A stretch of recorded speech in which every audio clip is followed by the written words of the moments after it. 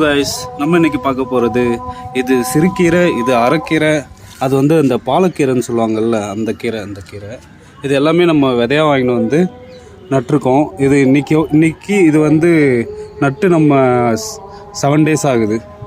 இது எப்படி வளர்ந்துருக்குன்னு பாருங்கள்.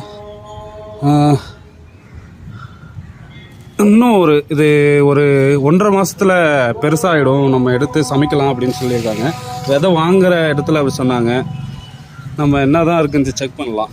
இது வந்து மிளகால இப்போ தான் வந்து பட்டிங், அதாவது பூ வைக்குது.